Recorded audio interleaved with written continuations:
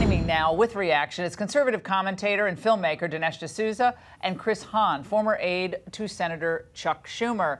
Dinesh, today's Democratic Party seems to have a completely different vision for America than those of I'd go back just 8 or 9 years ago. So how did we get to this point where Democrats are so self-loathing, they're not going to condemn Omar, but they'll condemn the president for criticizing her? Well, it seems, Laura, that under Obama, we had a sort of cleavage between the people who affirmed American exceptionalism, what makes America unique, and Obama himself, who led the movement to say there's nothing exceptional about America, so kind of a denial of American exceptionalism. I think today the debate has moved so that in a strange way, both sides, the right and the left, embrace American exceptionalism, except that the right, led by Trump, affirms that what makes America unique is good. America is uniquely good.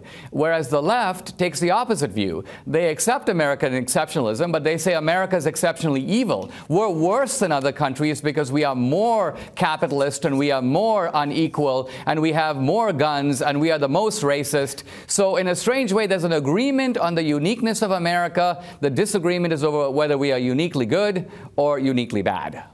What is your take on where we are now with the criticism of these freshman congresswomen? Because they're getting annoyed themselves. They think they're being criticized only because, Omar is Muslim or AOC is Latina, instead of on their ideas, which I believe in most cases are ludicrous and are dangerous to the country.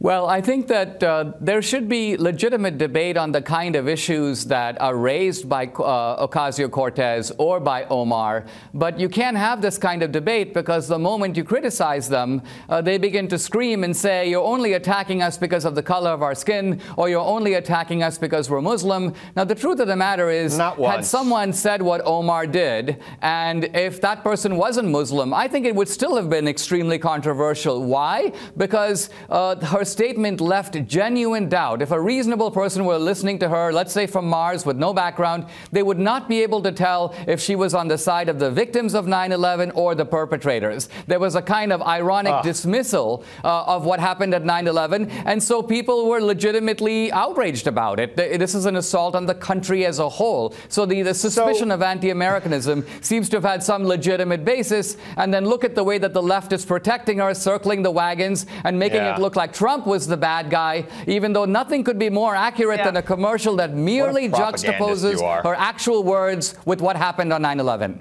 They are the biggest demonizers out there. Okay, they want to run people off the airwaves. They want to play their little editing game. This is what the left does. Okay, we want to debate issues. I don't You want to debate the Green New Deal? We'll do that all day long about who gets to choose which car gets to be thrown in the trash heap, Chris. But Dinesh, or how about somebody comes up with another idea to save the planet? The left plays this game all day long. Don't criticize me. I'm a person of this background or this background. But if you're a conservative, I haven't heard that you can be called every name in the book. Dinesh, close it out. Well, right after Trump's election, I think Chris will remember, there was a big discussion on the left about how to treat Trump. And there was the affirmation that Trump cannot be allowed to be normalized. In other words, we can't have normal political debate in this country. Why? Because Trump is sort of like Hitler circa 1933. We've got to treat him as the demonic force that he is. When we have a panel, we don't want to have a single Trumpster on it. And look, this is how our debate has been. We've had 3 years of accusation and investigation and no real debate. And I think that's been the fault of the left, not of Trump. Trump has been trying to put issues on the agenda. Even Trump's trade policy. Have we had a real debate about it? No. Why? Because of this atmosphere of intimidation, accusation, investigation, and that's about it.